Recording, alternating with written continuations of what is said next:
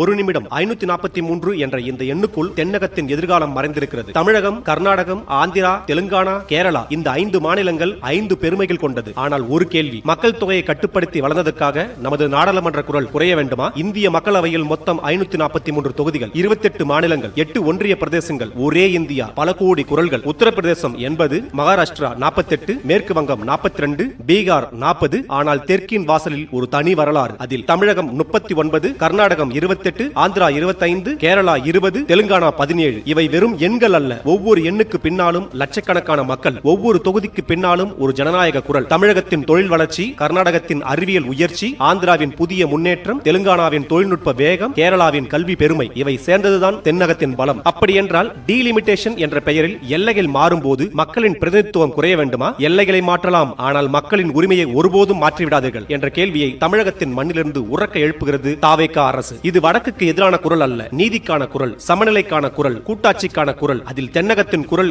என்றென்றும் வலிமையாக ஒலிக்கட்டும். தமிழகம் உயரட்டும், கர்நாடகம் வளரட்டும், ஆந்திரா முன்னேறட்டும், தெலுங்கானா சிறக்கட்டும், கேரளா செழிக்கட்டும், தென்னகம் வளரட்டும், இந்தியா வலிமையாகட்டும். எண்ணிக்கையில் நீதி, மாநில உரிமையில் உறுதி. தமிழகம் ஒரு கேள்வியை உறக்க கேட்கும் போது கர்நாடகமும் கரம் கோர்க்கட்டும், கேரளாவும் கேள்வி கணைகளை தொடுக்கட்டும், ஆந்திராவும் அரவணைத்து நிற்கட்டும், தெலுங்கானாவும் தோள் கொடுக்கட்டும். தென்னகம் ஒன்றுபட்டால் அது பிரிவின் குரல் அல்ல, இந்திய கூட்டாட்சியின் சமநீதி குரல். அதனால்தான் தமிழகத்தின் குரலாய் எழுந்தது தளபதி விஜயின் கடிதம். டெல்லியின் கதவை தட்டியது தமிழகத்தின் நியாயக்குரல்.